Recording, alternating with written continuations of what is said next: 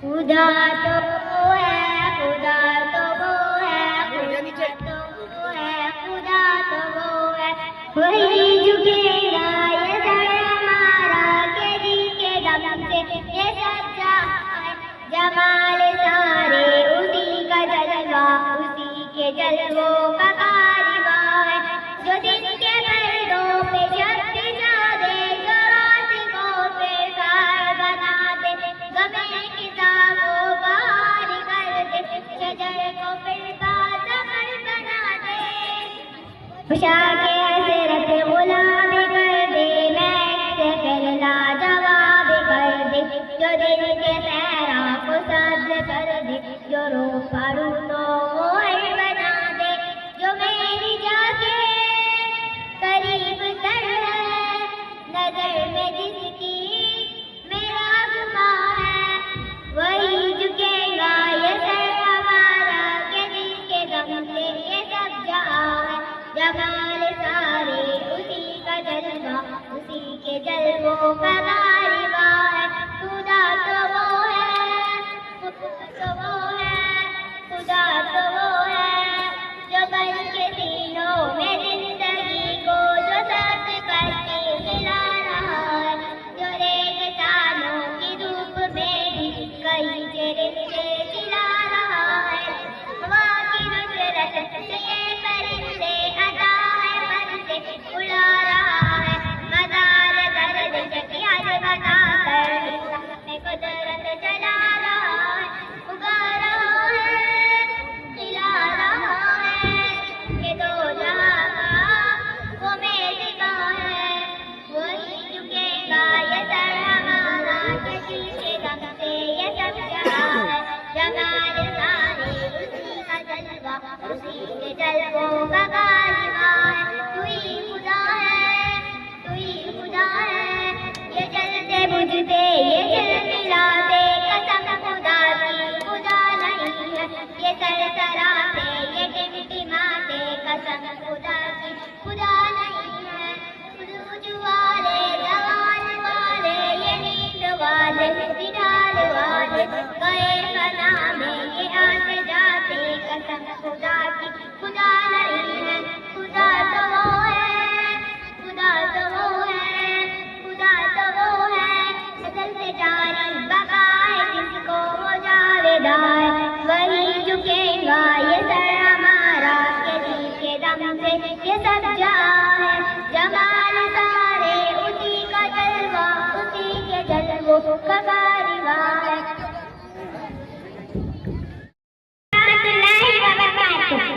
आंखों का तारा नामे मोहम्मद, दिल का उजाला नामे मोहम्मद। आंखों का तारा नामे मोहम्मद, दिल का उजाला नामे मोहम्मद।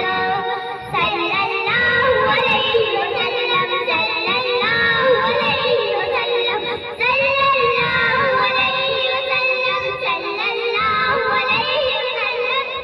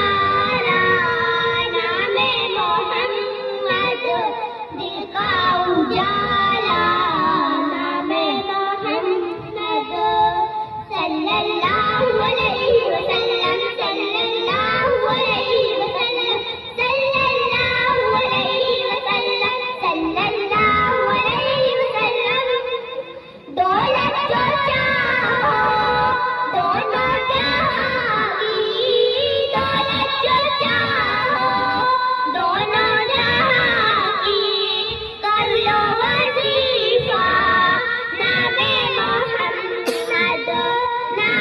मोहम्मद आंखों का तारा नामे मोहम्मद दिल का उजाला नामे मोहम्मद आंखों का तारा नामे मोहम्मद दिल का उजाला नामे मोहम्मद सल्लल्लाहु अलैहि वसल्लम सल्लल्लाहु अलैहि वसल्लम सल्लल्लाहु अलैहि वसल्लम सल्लल्लाहु अलैहि वसल्लम।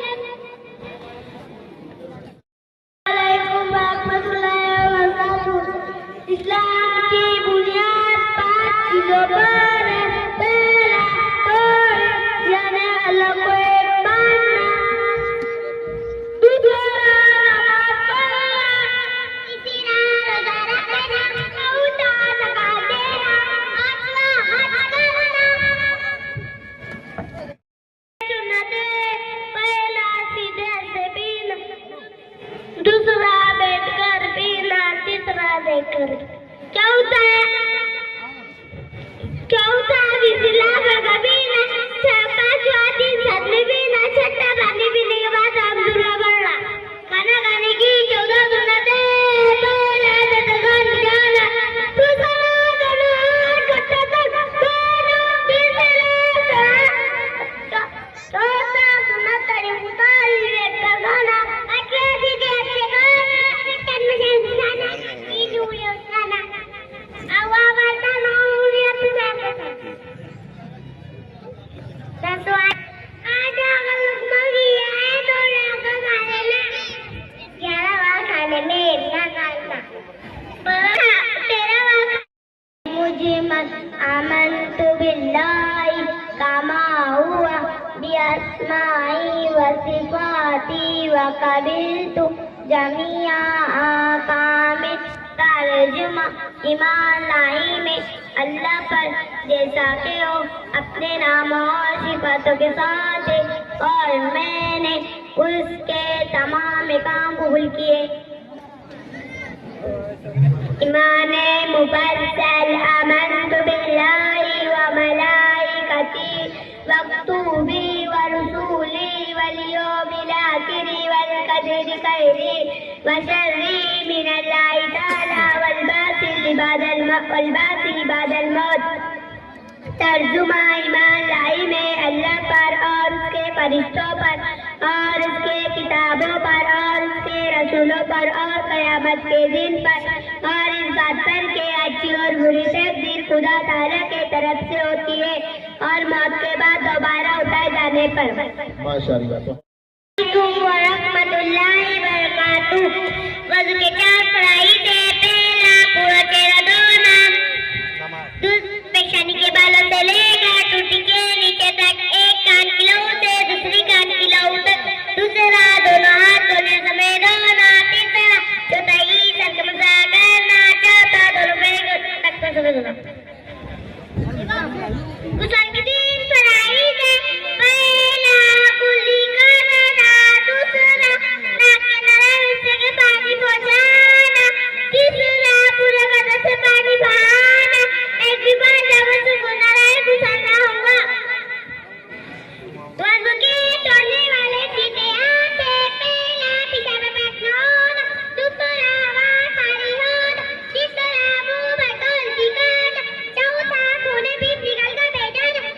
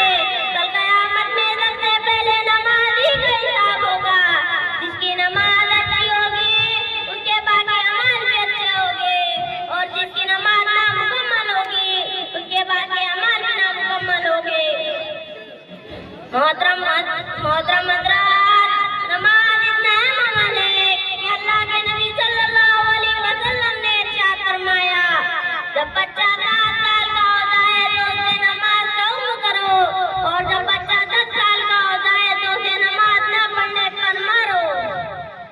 अब जरा हम गौर करें कि इस हदीस पर हमारा कितना अमल है। क्या कभी हमने अपने बच्चों को नमाज का हुक्म किया? क्या कभी नमाज न पढ़ने पर हमने उन्हें मारा? या कभी नमाज के छोड़ने पर हमने उन्हें तंबीह की? हम नमाज के छोड़ने पर बच्चों को मार भी दे सकते, जबकि हम खुद नमाज नहीं पढ़ते। बिरादरान इस्लाम, ये एक हकीकत है। अगर बच्चा माँ बाप की बात न माने तो माँ बाप को बुरा लगता है। अगर बच्चा वालिदैन की नाफरमानी करे तो वालिदैन को गुस्सा आता है। लेकिन जब वही बच्चा अल्लाह का हुक्म न माने, नमाज न पढ़े, तो माँ बाप की पेशानी पर पल भी नहीं आता। सामीन इकराम, नमाज का छोड़ना बहुत बड़ा गुनाह है। सरवरे कायनात सल्लल्लाहु अलैहि वसल्लम ने इरशाद फरमाया, ईमान और कुफ्र के दरमियान फर्क करने वाली चीज नमाज ही है। और फरमाया, जो भी जानबूझकर नमाज छोड़ दे उसने कुफ्र किया। इसका मतलब ये भी हो सकता है कि नमाज छोड़ने वालों को मौत के वक्त कलमा नसीब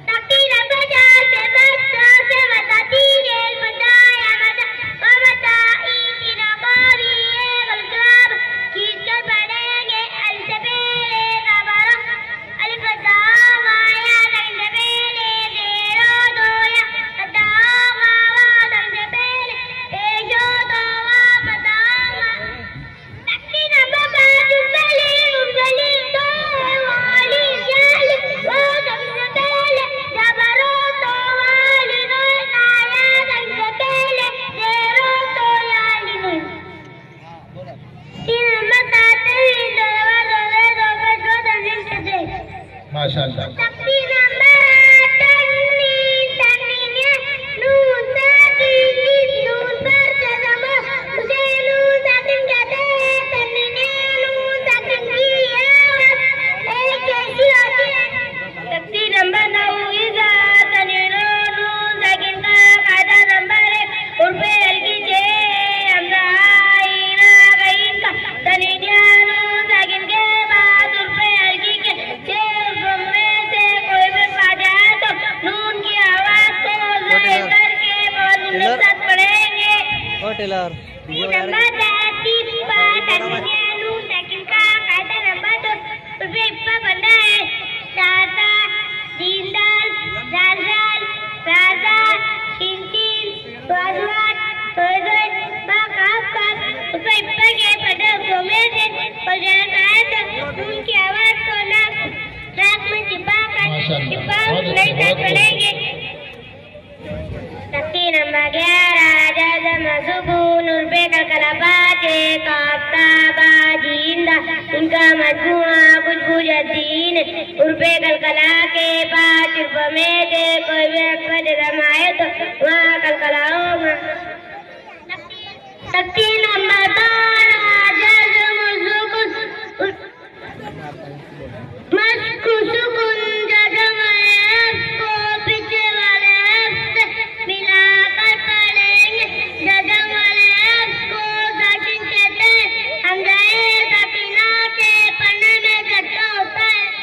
तक्ती नंबर 14 राय साकिना हो मुशद्ददा जज़म वाली राह को राय साकिना कहते तजदीद वाली राह को राय मुशद्ददा कहते जिसा के ऊपर दबाया पेशो तो राह पुर होगी जिसा के नीचे जेरो तो राह बंद होगी। हदीस नंबर 1 इन्नमा नमाज़ु बिन्नियाति बेशक तमाम अमलों का दारोमदार नियतों पर है। हदीस नंबर 2 ला यअलमुल्लाहु मन ला यअलमुन्नास अल्लाह ताला उस शख्स का अल्लाह नहीं करते जो लोगों पर रहम न करे। हदीस नंबर 3 ला यदखुलु जन्नत कच्चा तुम चुगल को जन्नत में न जाएगा। हदीस नंबर 4 ला यदखुलु जन्नत कातिल रिस्ना से तोड़ने वाला जन्नत में न जाएगा। हदीस नंबर 5 अज़्ज़ुल्मु ज़ुल्मातुन यौमल क़ियामत ये जुल्म क़यामत के रोज़ अंधेरों में होगा। हदीस नंबर 6 मास्वला मिनल काबैनी मिनल इज़ारी फिन्नारी तखनों को जो हिस्सा पैजामे के नीचे रहेगा वो जहन्नम में जाएगा। बेशक बेशक। हदीस नंबर 7 अल मुस्लिमन सलिमल मुस्लिमून बिल लिसानी वल यदी मुसलमान का वही है जिसकी जीवन और रात की तकरीर से दूसरा मुसलमान महबूब रहे। हदीस नंबर 8 में ये रुमुर रिफ्क ये रुमुर गैरकुल्लाह वो शक्नर मादात मेरे उम्रा और गरीब बोलते मेरे उम्रा। हदीस नंबर 9 इतारा तत्ताली बदनमा अतीता रतुम ताय मयाना तारो ताय वो तारो। हदीस नंबर 10 लायक कुल मलाइकतुल बैतन फी तलमुल औ ततादिल उस दल में रहमतें पैसे नहीं आते उस दल में छुपाया तफीलो। हदीस नंबर 11 अब्दुल्लाह माली लिल्लाह यज़मुआ वही बल्ला अल्लाह ताला के नज़दीक सब अमलों में से वही महबूब अमल है जो दायमी हो खर्चे थोड़ा हो। हदीस नंबर 12 इन्ना मिन अब्बिकुम इलैया तनकुम अखलाकन तुम में हो शख्स मेरे ज्यादा नजदीक है जो अच्छे अखलाक वाला हो। हदीस नंबर 13 दुनिया सिज्नुल मोमिन व जन्नतुल काफिर दुनिया मुसलमानों के लिए कैद खाना है और काफिरों के लिए जन्नत। हदीस नंबर 14 ला यहिल्लु लिमुमिनिन अय्याज़ुरा फौका सलासिल लयाली कहते मुसलमान के लिए हलाल नहीं है कि 3 दिन से ज्यादा अपने मुसलमान भाई से सदा ताल्लुक रखे। हदीस नंबर 15 ला युज़बुल मरु मिन जूरी वाहिद मरतैनी इंसान को एक ही सुराख से 2 मरतबा ढका नहीं जा सकता। हदीस नंबर 16 अल गिना गिना नफ्सी हकीकी ईमानदारी दिल की बेनियाज़ी है। हदीस नंबर 17 कुम फी दुनिया का अन्नका करीबुन अव्वाबिर सबील दुनिया में ऐसा रहो जैसे कोई मुसाफिर या रास्ता चलने वाला रहता है। हदीस नंबर 18 कफा बिल मरी कज़ीबन अय्यु हदीसा बि कुल्ली मा समिया इंसान को झुठाने के लिए इतना ही काफी है कि जो बात सुने बगैर तेगी के लोगों में बयान करना शुरू कर दे।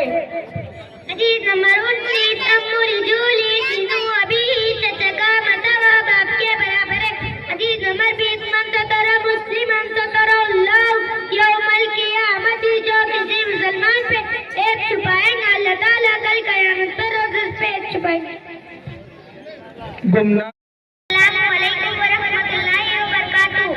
वालेकुम अस्सलाम व रहमतुल्लाहि व बरकातुहू। अरे आलियाबादी, आप सब फुलकोर का पहन कर और नौसिस लगा कर कहाँ जा रही हो? अरे क्या तुमको मालूम नहीं, आज मंगल का दिन है और मंगल को हमारे मोहल्ले में औरतों का इज्तिमा होता है और आज हमारे मोहल्ले में मरियम बीबी के घर औरतों का इज्तिमा है। हम सब इसमें शिरकत के लिए जा रहे हैं, आप भी हमारे साथ चलो। अरे ये इज्तिमा क्या होता है? सुन कर तो मेरे कान ही पक गए। जब देखो इज्तिमा, जब देखो इज्तिमा। अरे मेरी बहनों, इज्तिमा में अल्लाह की, अल्लाह के नबी की, दीन की और अच्छे अखलाक अपनाने की बात होती है। अच्छा समझ गई। नमाज पढ़ो, रोजा रखो, पर्दा करो, टीवी बंद देखो, गाने मत सुनो, बेपर्दा बाजार में मत जाओ, वगैरह वगैरह। और हमारे मस्जिद के इमाम साहब भी बात करते हैं, इस सब सुन के तुम्हारे कान ही पक गए। अस्तगफिरुल्लाह, अल्लाह माफ करे। आप लोग कैसी बातें कर रही हो? ऐसा लगता है आपका दीन से और मजहब से कोई ताल्लुक नहीं, और लगता है कि आपके दिलों में अल्लाह और उसके रसूल का जर्रा बराबर भी कोई खौफ नहीं, ना आपको कोई दीन की मालूमात है, इसलिए आप दोनों ऐसी बातें कर रही हो। ए लड़की, खबरदार, अगर तुमने हम पर ये इल्जाम लगाया तो मैं भी पठान खान की तरह पठान खान की बेटी हूँ, तेरी सब हेकड़ी निकाल डालूंगी। और भला ये कैसी बात हुई कि हम लोगों के दिलों में अल्लाह और उसके रसूल का खौफ ना हो और हमारे दीन व ईमान से कोई ताल्लुक ना हो? हम तो तुमसे ज्यादा दीन के बारे में जानते हैं। अरे आप तो बुरा मान गए और अपनी जहालत को सब लोगों के सामने जाहिर कर दिया। हमारा मतलब आप लोगों को बुरा भला कहना नहीं था। हम सब की जिम्मेदारी है कि अगर हमारे सामने कोई दिल की बातों का मजाक उड़ाए तो फौरन उसकी इस्लाह करे और दिल की फजीलत का इनके सामने बयान करे। अरे आप ही हमें नहीं समझ रही हो, हम भी मुसलमान हैं, हमें भी पता है कि दीन क्या होता है। हम सब जानते हैं, हमें सिखाने की जरूरत नहीं। अच्छा ये बताओ, तुमने जोहर की नमाज पढ़ी? नहीं, बाद में पढ़ लेंगे। आपने जोहर की नमाज क्यों नहीं पढ़ी? अरे यार, काट खुदाने की फुर्सत नहीं तो जोहर की नमाज कैसे पढ़े? अभी तो आपने कहा कि हमको दीन की बहुत मालूमात है, लेकिन आपके पास नमाज पढ़ने का वक्त ही नहीं। क्या आपको पता नहीं नमाज छोड़ने का कितना बड़ा गुनाह है? ये कैसा दीन और ये कैसी दीन से मोहब्बत। अच्छा ये बताओ, मुसलमानों पर कितने वक्त की नमाज पढ़ते हैं? होंगी कोई 10-12 वक्त की। अरे अल्लाह, मेरी बहनों, मुसलमानों पर 3 और रात में 5 वक्त की नमाज पढ़नी है, जिनको ना पढ़ने वाला सख्त गुनहगार होगा। अच्छा ये बताओ, हमारे नबी का नाम क्या है और हमारे नबी कहाँ पैदा हुए? हाँ बाजी, ये तो मुझे भी मालूम है। हमारे नबी का नाम हुजूर है और हमारे नबी सऊदी अरब में पैदा हुए। अरे बाजी, हमारे नबी का नाम हज़रत मोहम्मद सल्लल्लाहु अलैहि वसल्लम है और हमारे नबी अरब में शहर मक्का में पैदा हुए। देखो बहन, आपको तो दीन की ये मोटी मोटी बातें भी मालूम नहीं और आप अपने आपको बड़ी दीनदार बता रही हो। आपको ना नमाज का पता, ना नबी का पता, ना दीन इस्लाम का पता, और उस मस्जिद में क्या दीन की बातों का मजाक बना रही हो। आपसे गुजारिश है कि आप भी दीन की बातें सीखो, अल्लाह के रास्ते में अपने महरम के साथ निकलने का इरादा करो। हाँ बाजी, आपने सही कहा। यकीनन हमें दीन के बारे में कुछ भी पता नहीं था और हम अपने आप को बड़ी दीनदार समझ रही थी, लेकिन आज आपने हमारी आंखें खोल दी। अब इंशाअल्लाह अरब के इज्तिमा में निकलने के अज़्म व इरादा करेंगे और इंशाअल्लाह इज्तिमा में निकलने के अज़्म व इरादा करेंगे। चलो इंशाअल्लाह। सरकारे मदीना, सरकारे मदीना,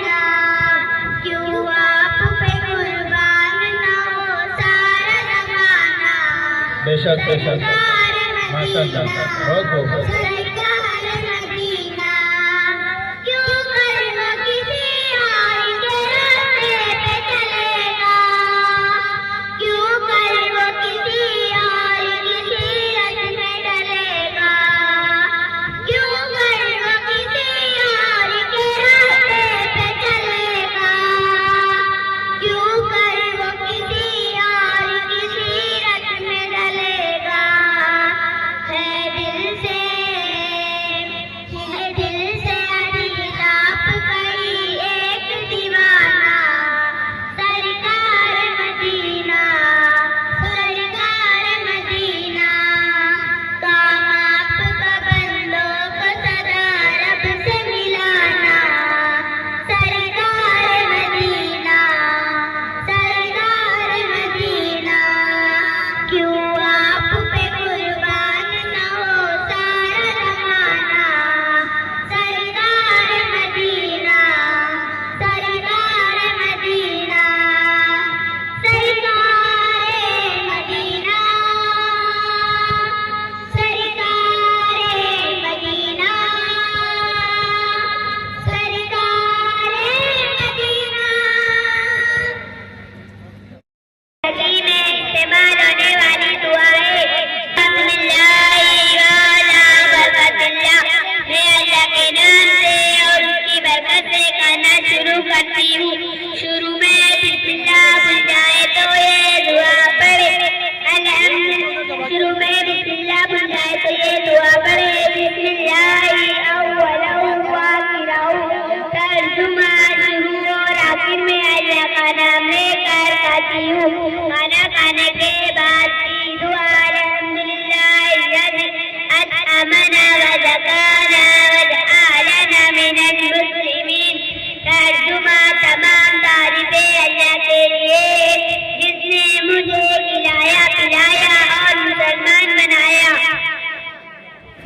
दस्तरखान उठाने की दुआ अल्हम्दुलिल्लाहि हम्दन कसीरन तय्यिबन मुबारकन फीही गैरि मग़फ़ी वला मुअत्तहिन वला मुस्तग़नन अन्हु रब्बना।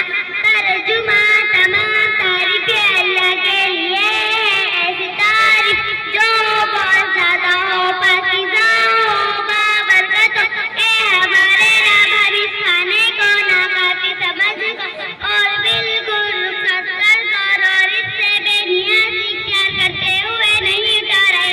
पानी पीने के बाद की दुआ अल्हम्दुलिल्लाहिल्लज़ी सक़ाना अज़बन फ़ुरातन मिन रहमती वलम नजअलहु मिलहन उजातन बिज़ुनूबिना। तर्जुमा तमाम तारीफ़ें अल्लाह के लिए है जिसने हमें अपनी रहमत से मीठा पानी पिलाया और उसको हमारे गुनाहों की वजह से खारा और कड़वा नहीं बनाया। दूध पीने की दुआ अल्लाहुम्मा बारिक लना फीही व ज़िदना मिन्हु। तर्जुमा ए अल्लाह, इसमें हमारे लिए बरकत अता फरमा और हमें ज़्यादा अता फरमा। किसी के और दावत कर दो ये दुआ पढ़े, अल्लाहुम्मा तिम्मन अतामनी वस्की मन सका। तर्जुमा है अल्लाह, जिसने तुझे खिलाया तू उसे खिला और जिसने मुझे पिलाया तू उसे पिला। सोने की दुआ अल्लाहुम्मा बिस्मिका अमूतु व अहया, मैं अल्लाह के नाम से मरती हूँ और जीती हूँ, सोकर उठने की दुआ अल्हम्दुलिल्लाहिल्लज़ी अहयाना बअदमा अमातना व इलैहि नुशूर। तर्जुमा तमाम तारीफें अल्लाह के लिए जिसने हमें मौत देने के बाद जिंदगी दी और उसी के तरह सबको जाना है। बैतुल में जाने की दुआ अल्लाहुम्मा इन्नी अऊज़ु बिका मिनल खुबुसी वल खबाइस। अल्लाह का नाम लेकर दाखिल होती हूँ, अल्लाह मैं नापाक दिलों से तेरी पनाह चाहती हूँ। मधुया और बैतुल से बाहर निकलने की दुआ गुफ़रानका अल्हम्दुलिल्लाहिल्लज़ी अज़हबा अन्नी लज़ा व अफ़ानी। तर्जुमा अल्लाह, मैं आपकी मग़फ़िरत चाहती हूँ। तमाम तारीफ़ें अल्लाह के लिए है जिसने मुझसे तकलीफ को दूर किया और मुझे आफ़ियत बख्शी। किसी के मरने की खबर सुने या कोई तकलीफ पहुंचे तो यह दुआ पढ़े, इन्ना लिल्लाहि व इन्ना इलैहि राजिऊन। बेशक हम अल्लाह के लिए है और उसी की तरफ सबको जाना है। मस्जिद में दाखिल होने की दुआ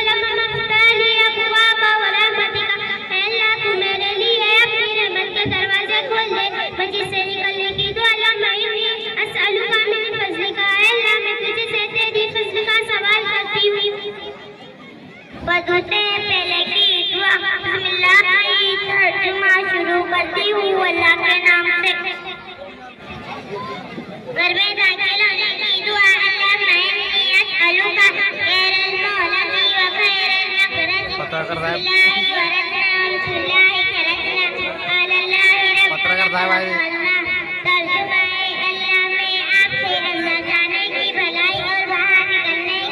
भलाई का सवाल करती हूँ। हम अल्लाह के नाम से दाखिल होते हैं और हम अल्लाह के नाम से बाहर निकलते हैं और हमने अपने रब अल्लाह पर भरोसा किया। शुरू अल्लाह के नाम से जो बड़ा मेहरबान अल्लाह जाना आने जे अतंदो लैलू अनि गुरबाड़ू आए। Start with the name of Allah, the most merciful, the most gracious. कुल हुवल्लाहु अहद। कह दीजिए कि अल्लाह एक है। तुम्हें दामादी तो अल्लाह एक में वो है। Is Allah is one. अल्लाहु समद। अल्लाह बेनियाज़ है। अल्लाह निर्भेजा है। अल्लाह the intern refuse. लम यलिद व लम यूलद। ना उसकी कोई औलाद है ना वो किसी की औलाद है। ना त्याच्या बाजून कोणी जन्म झाला ना ते कोणा बाजून जन्मला। Not is there to him any individual. वलम यकुन लहू कुफुवन अहद। उसके बराबर कोई नहीं है आणि कोणी त्याला समकक्ष आहे। Not is there to him any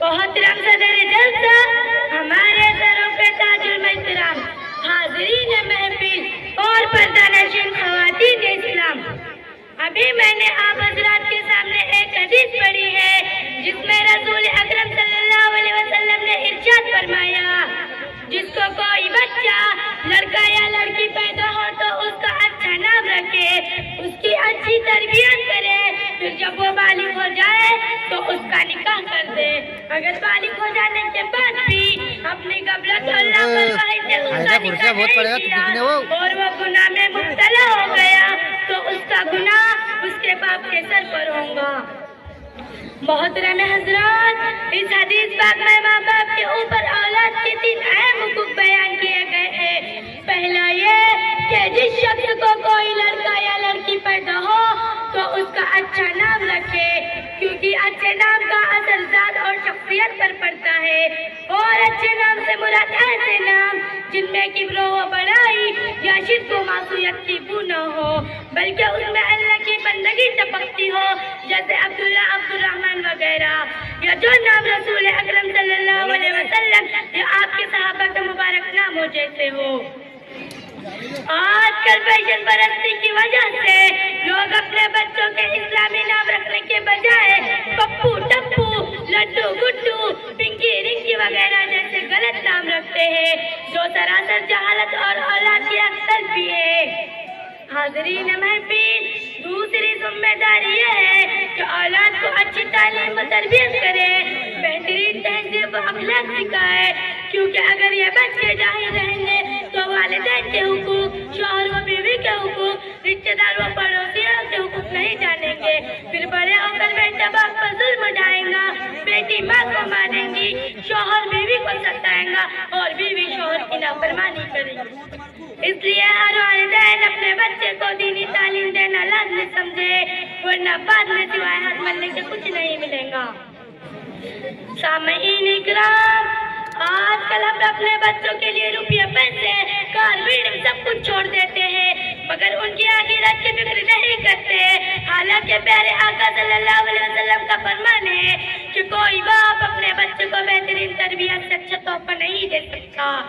मगर अफसोस, सद अफसोस, आज नौजवान बेटा अगर काम न करे तो माँ बाप गुस्सा होते हैं औलाद माँ बाप की नाफरमानी करे तो माँ बाप नाराज होते हैं, मगर यही बच्चे जब अल्लाह की नाफरमानी करते हैं, अल्लाह के अहकाम पर अमल नहीं करते, नमाज नहीं पढ़ते, रोजा नहीं रखते, बड़ों का अदब, छोटों पर शफकत और उलमाए की कदर नहीं करते, तो ना जब बाप को गुस्सा आता है ना माँ नाराज होती है।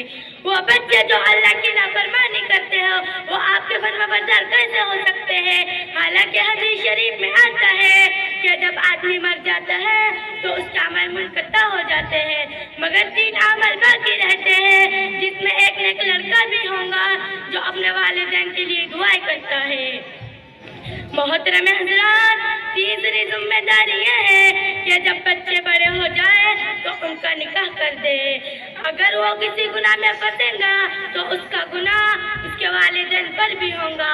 आज की हालत पर गौर कीजिए तो नजर आएगा कि हमारे बच्चे जवान हो गए मगर हमें उनकी निजी जिंदगी की कोई फिक्र नहीं।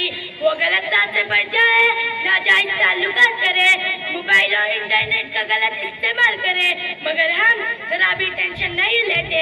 लिहाजा इससे पहले आपको रोना पड़े, जिल्लत उठानी पड़े, शर्मिंदगी से 2-4 होना पड़े, आप अपने बच्चों की फिक्र कर लीजिए, गुनाहों से बचा लीजिए, वरना जब मामला हाथ से निकल जाएगा तो सिवाय जिल्लत और रुसवाई के कुछ हासिल नहीं होगा। शायर कहता है कि वो वक्त भी देखा है तारीख की नजरों ने, वो वक्त भी देखा है तारीख की नजरों ने, लम्हों ने खता के सदियों ने सजा पाई, वमा अलैना इल्लल बलागुल मुबीन। के हुक्म से हुजूर अनवर सल्लल्लाहु अलैहि वसल्लम रात को जागते में बुर्राक पर सवार होकर मक्का मुअज़्ज़मा से बैतुल मुक़द्दस तक और वहाँ से सातों आसमानों पर और फिर जहाँ तक खुदा ताला को मंजूर था वहाँ तशरीफ ले गए। उसी रात जन्नत और दोज़ख की सैर की और अपने मुकाम पर वापस आ गए। उसी को मेराज कहते हैं। 4 मशहूर आसमानी किताबें कौन कौन सी हैं? तौरात हज़रत मूसा अलैहिस्सलाम पर नाज़िल हुई, ज़बूर हज़रत दाऊद अलैहिस्सलाम पर नाज़िल हुई, इंजील हज़रत ईसा अलैहिस्सलाम पर नाज़िल हुई, कुरान मजीद हमारे नबी हज़रत मोहम्मद सल्लल्लाहु अलैहि वसल्लम पर नाज़िल हुई। हमारे नबी की फूफिया क्या थी? हमारे नबी की 6 फूफिया है। पहले सफिया, दूसरे उम्मे कुलसुम, तीसरे आतिका, चौथे बर्रा, 5वें उरुवा, 6ठे उम्मेमा।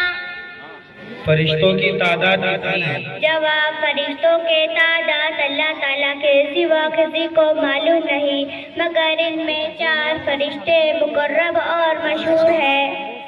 सहाबी किसे कहते हैं? साबी उस शख्स को कहते हैं जिसने ईमान की हालत में हुजूर सल्लल्लाहु अलैहि वसल्लम को देखा हो या आपकी खिदमत में हाजिर हो और ईमान की ओर पर उसकी वफात हुई हो। हमारे नबी की बेटियां क्या थी?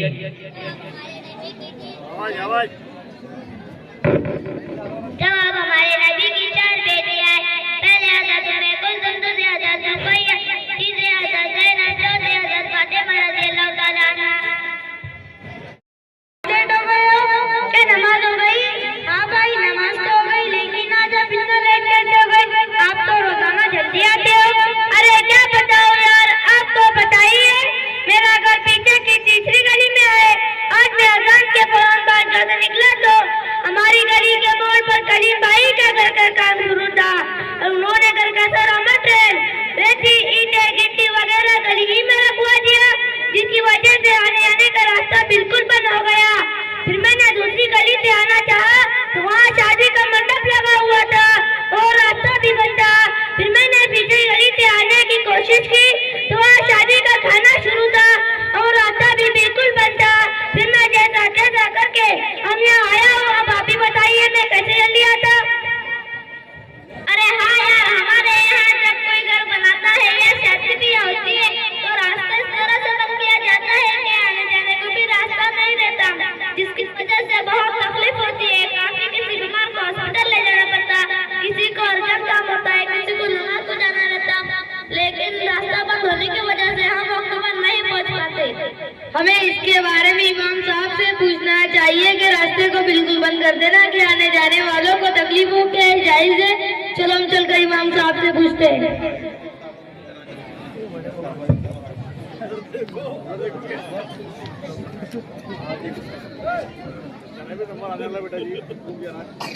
अस्सलाम वालेकुम व रहमतुल्लाहि व बरकातुहू।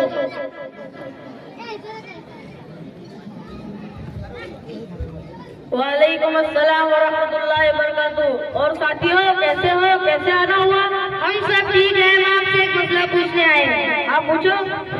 इमाम साहब, मसला ये है कि हमारे यहाँ अक्सर ये देखने में आता है कि जब कोई नया घर बनाता है या शादी ब्याह का प्रोग्राम होता है तो रास्ते को इस तरह से बंद कर दिया जाता है कि आने जाने का रास्ता भी नहीं रहता।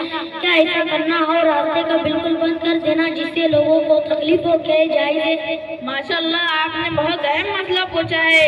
इस तरफ लोगों का ध्यान ही नहीं जाता। सबसे पहले तो मैं आपको शादी के ताल्लुक से बताता हूँ।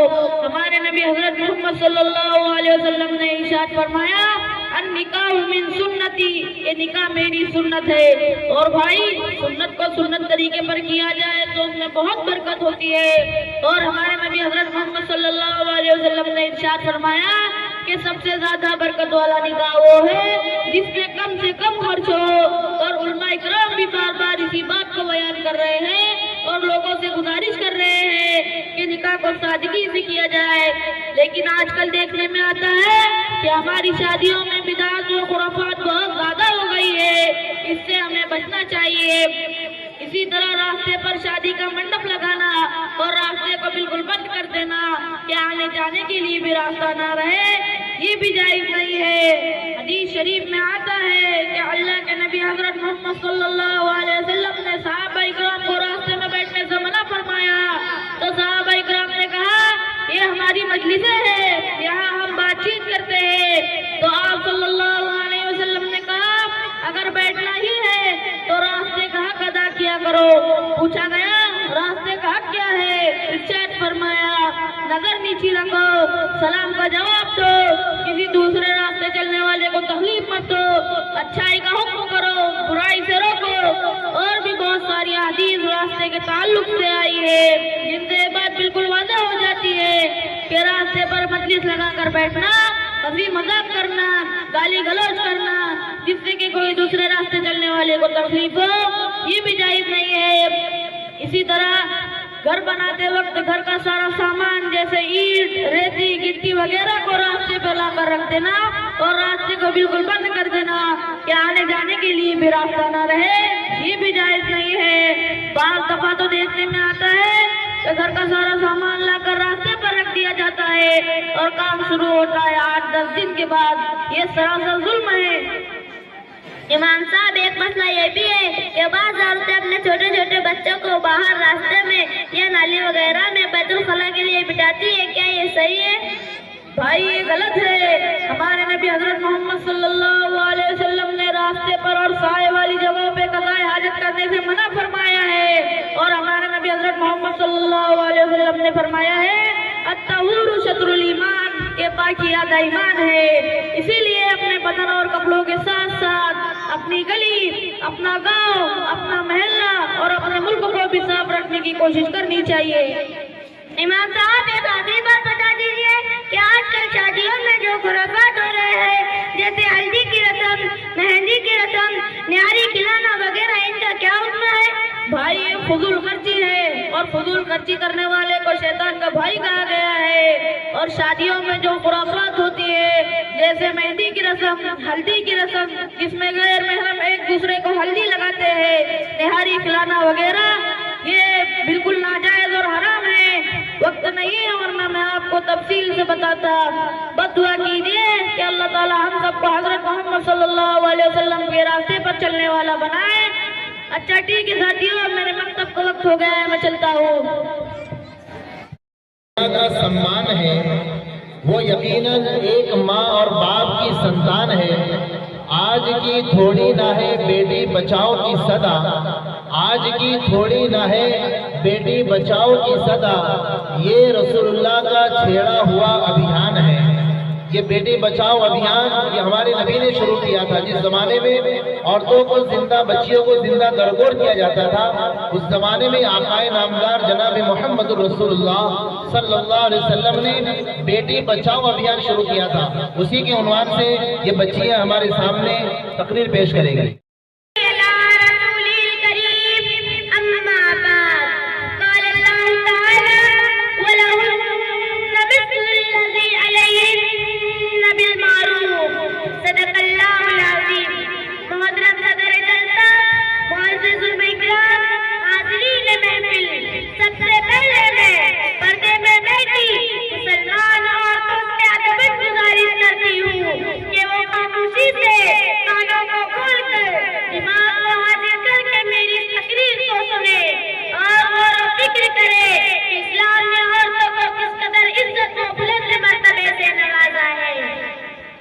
हाज़रीन महफिल, आज से तकरीबन 1400 साल पीछे चले जाए, जब लड़कियों को जिंदा दफन करना एक पति की बात समझी जाती थी, जब औरतों को सिर्फ ऐश का एक सामान समझा जाता था, जब रब का जाहिल माशरा औरतों को सिर्फ इनकी महफिल समझता था, जब माँ बहनों की इज्जत रात में मिलाई जा रही थी, जब यूरोप में इस बात पर तहकीक जारी थी कि औरत भी इंसान होती है या नहीं, जब अफलातून जैसा फलसफी ये कह रहा था कि हाँ औरतों में भी जान होती है। गर्जिए के दिन की कोई शान ऐसी न थी तो औरतों के तस्लील पर खतरा होती हो, और कोई सुबह ऐसी न थी जो औरतों की पसंद का लाती हो। सामीन इकराम, ऐसे खौफनाक माहौल में एक नबी आते हैं, इस्लाम का पैगाम लाते हैं, कायनात के लिए मोहब्बत का पैगाम लाते हैं, जो रहमत ही रहमत थे, शफकत ही शफकत थे, वो इस जालिम माशरे के खिलाफ तन्हा खड़े हो जाते हैं और पूरी ताकत के साथ ऐलान करते हैं, ऐ लोगों, औरतों पर जुल्म और सितम बंद करो, वो भी तुम्हारी तरह इंसान है। इस नौज़ बिन निसाई कईरा, लोगों, औरतों के साथ भलाई का मामला करो, वलहुन्ना मिस्लुल्लज़ी अलैहिन्ना बिलमारूफ, के मर्दों की तरह औरतों के भी हुकूक है। मोहतरम हज़रात, ये आवाज़ आ गई, हर तरफ कलियां खिल उठी, बहारों पर बहार आ गई, आज मासूम कलियों को जीने का हक मिल गया, नन्ही गुड़िया जिन्हें दफन करना एक फैशन था, अब एक गुनाह समझा जाने लगा है। आप सल्लल्लाहु अलैहि वसल्लम ने औरतों के इतने हुकूक बयान किए कि हज्जतुल विदा से लेकर आपकी वफात तक भी इसका बार बार तज़किरा करते रहे। मर्दों को औरतों का मुहाफिज बना दिया, उनके हुकूक का निगरां करा दिया और ऐसे उसूल बनाए कि रहती दुनिया तक में भी इसकी मिसाल नहीं लाई जा सकती।